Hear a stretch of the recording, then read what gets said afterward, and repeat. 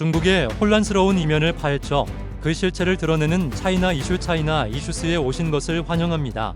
중국의 경제적 심장이자 자부심인 상하이가 2025년이 끝자락 어둡고 불안한 상황에 직면해 있습니다. 연말의 축제 분위기 대신 도시 곳곳에서는 시민들의 거친 분노가 메아리치고 있습니다. 한때는 생각지도 못했던 공산당 타도라는 구호가 12월 내내 상하이 전역에 울려 퍼지고 있습니다. 긴장은 12월 17일 상하이 시민원실 앞에서 극에 달했습니다. 억울함을 호소하러 모인 청원인들의 행렬은 순식간에 거리로 쏟아져 나온 분노의 화산으로 변했습니다. 무엇이 시민들을 이토록 절박한 끝으로 몰아넣었을까요? 이것이 더 큰 붕괴의 서막일까요? 현장에서 실제로 어떤 일이 벌어지고 있는지 깊이 들어가 보겠습니다. 민원실 뒤편 인민광장에는 수많은 청원인이 모여 당국의 불공정 판결을 규탄하는 팻말과 서류를 들고 시위를 벌였습니다.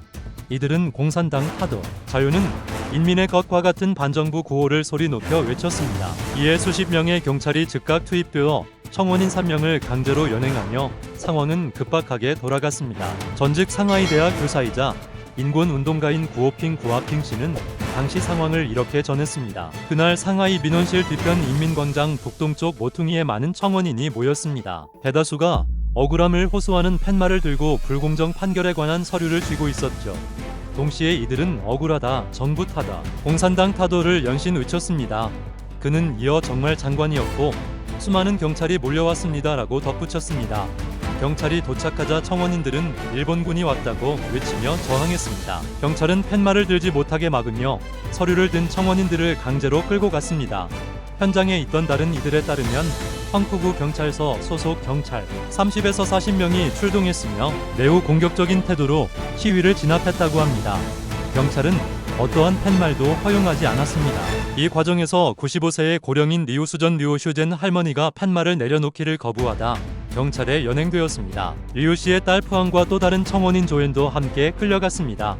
많은 이들이 이 장면을 사진으로 남겼고 경찰의 부당한 처사에 강력히 항의했습니다. 구오핑 씨는 이 사진들을 공개해 중국 공산당의 악랄한 통치가 인민들을 얼마나 절망으로 몰아넣었는지 전 세계에 알려야 한다고 강조했습니다.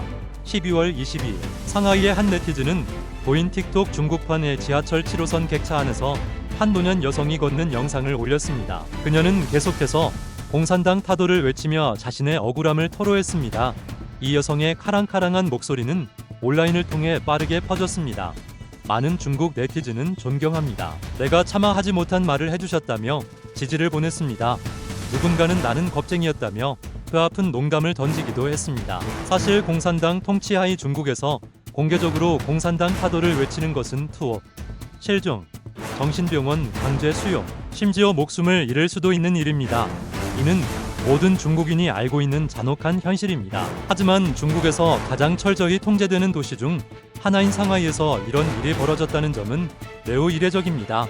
해당 영상은 현재 삭제되었지만 많은 네티즌은 원작자의 다른 영상에 댓글을 달며 재업로드를 요청하고 있습니다. 도인에는 여전히 관련 검색어들이 남아있어 이 영상이 얼마나 파급력이 컸는지 보여줍니다. 한 네티즌은 그 순간 누군가 한 명이라도 동참하고 또 다른 사람이 합세해 객차 안의 모든 이가 구호를 외쳤다면 그것이 바로 민족의 각성이 시작되는 순간이었을 것이라고 평했습니다. 일부에서는 상하이에서 이런 용기 있는 행동이 나온 것이 올 한 해 처음이 아니라는 점에 주목하고 있습니다. 중국에서는 유심 카드 구매나 PC방 출입뿐만 아니라 주방용 칼, 휘발유, 심지어 대량의 설탕을 살 때도 실명 등록이 필요합니다. 그런데 최근 한 여성 청원인의 행동이 공포 정치에 기반한 이 정권이 취약성을 다시 한번 폭로했습니다. 상하이의 한 청원인이 최근 상하이 공안국 푸동 분국의 호신용 도검 소지 허가를 신청했습니다. 비록 신청은 거절당했지만 그녀의 집 주변을 감시하던 사설 보안 요원들이 슬그머니 사라지는 기묘한 일이 발생했습니다.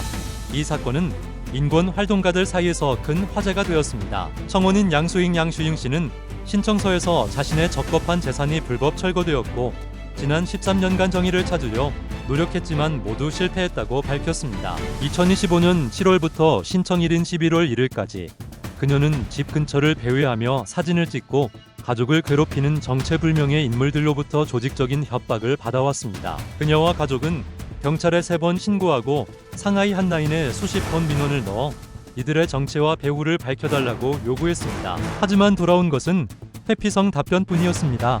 괴한들은 여전히 그녀의 주변을 맴돌고 있으며 가족의 안전은 위협받고 있습니다. 결국 양 씨는 추가적인 피해를 막기 위해 비상시 호신용으로 법적 기준에 맞는 보검 소지를 신청했습니다. 그녀는 경찰법과 형법 등 관련 법규를 근거로 내세웠습니다. 수많은 신고와 민원에도 불구하고 괴롭힘이 멈추지 않아 스스로를 보호할 수밖에 없는 절박한 상황임을 강조한 것입니다. 그녀가 소지하고자 한 것은 날이 서 있지 않은 공유용 칼이었습니다.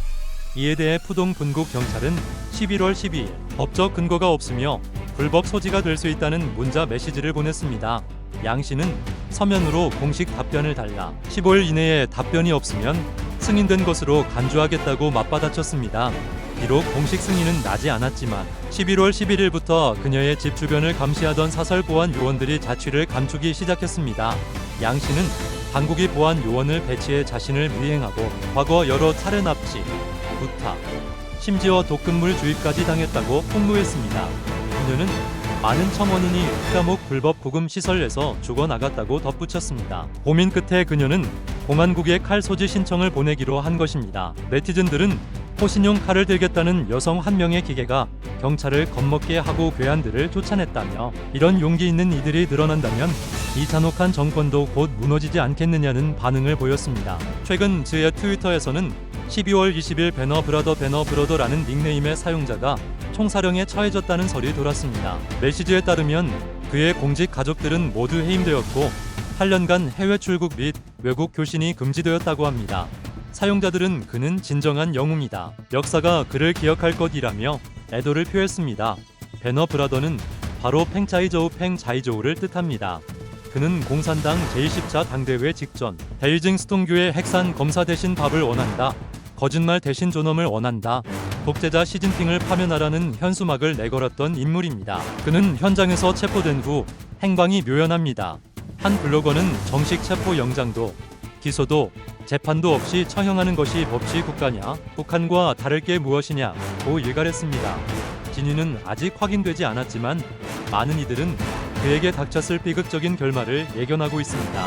흥미로운 일화도 있습니다. 제너럴 모터스 GM의 규익 브랜드가 상하이 수입 박람회 광고를 돌연 철회한 사건입니다. 광고 문구는 내리고 싶지 않은 편안한 의자였는데 이것이 연임에 집착하며 용좌에서 내려오지 않는 시진핑을 풍자하는 것으로 간주되어 즉시 삭제된 것입니다. 만약 팽자이저우를 정식 재판에 세운다면 판사는 그가 내건 시진핑 퇴진이라는 문구를 공개적으로 낭독해야만 합니다.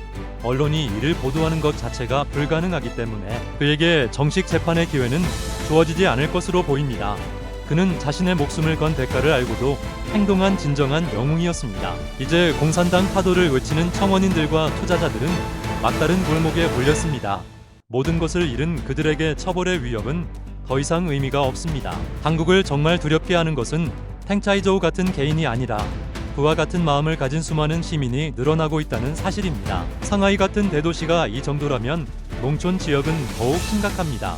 프리덤 하우스의 데이터에 따르면 올해 첫 11개월 동안 농촌 시위는 전년 대비 70%나 급증했습니다. 경제 침체와 치열한 경쟁 속의 대도시로 떠났던 젊은이들이 꿈을 포기하고 고향으로 돌아오고 있지만 그들을 기다리는 것은 가난뿐입니다. 도시의 삶과 정치적 의식을 경험한 이들의 불만은 정권이 선전 도구가 된 관제 언론에 대한 불신으로 이어지고 있습니다. 젊은 세대는 이제 세뇌 교육에 저항하며 화웨이 폰을 거부하고 애국주의 영화나 서사에도 냉소적인 반응을 보입니다. 더욱 고무적인 소식은 미국 국방수탁법 나에 따라 중국 공산당 지도부의 은닉 재산이 공개될 예정이라는 점입니다. 중국 외무성은 이에 대해 강력히 반발하며 보복을 예고했지만 정작 중국 인민들은 중국과 미국이 유일하게 한마음으로 기다리는 법안이라며 환호하고 있습니다. 네티즌들은 드디어 도적대를 잡는 법을 알아냈다.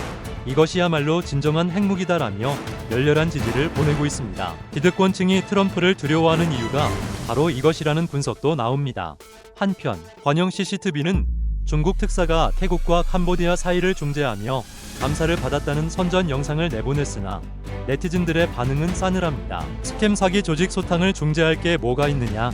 캄보디아의 배후가 누구인지 다 안다는 날 선 댓글들이 쏟아졌습니다. 심지어 중국의 중재 실패를 축하하는 불꽃놀이 영상이 올라오기도 했습니다.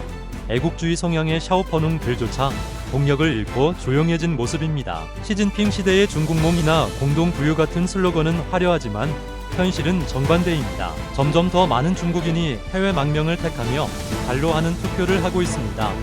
유엔 난민기구에 따르면 2012년 시진핑 집권 당시만 5천 명 수준이었던 망명 신청자는 2024년 17만 6천 명을 넘어섰습니다. 집권 13년 만에 난민 수가 10배 이상 폭증한 것입니다. 한 네티즌은 중국에서 가장 붐비는 곳은 관광지가 아니라 미국 대사관, 민원실, 그리고 병원이라고 꼬집었습니다.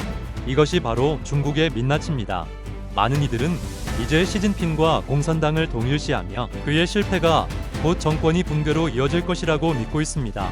지난 12월 17일 대만 코미디언 왕이하오엉 이하오가 올린 풍자 영상이 화제가 되었습니다. 그는 시진핑의 외모와 입에 끈 살가마를 메고 시드니 길을 쉬지 않고 걷는다는 허무맹랑한 선전을 익살스럽게 조롱했습니다. 초등학교 학력으로 법학 박사 학위를 따고 국가의 힘으로 반대 목소리를 잠재우는 시대의 독재자라는 비판에 관객들은 열광했습니다. 영상의 끝은 세계 제일의 바보 시진핑이라는 구호와 함께 뜨거운 박수로 마무리되었습니다.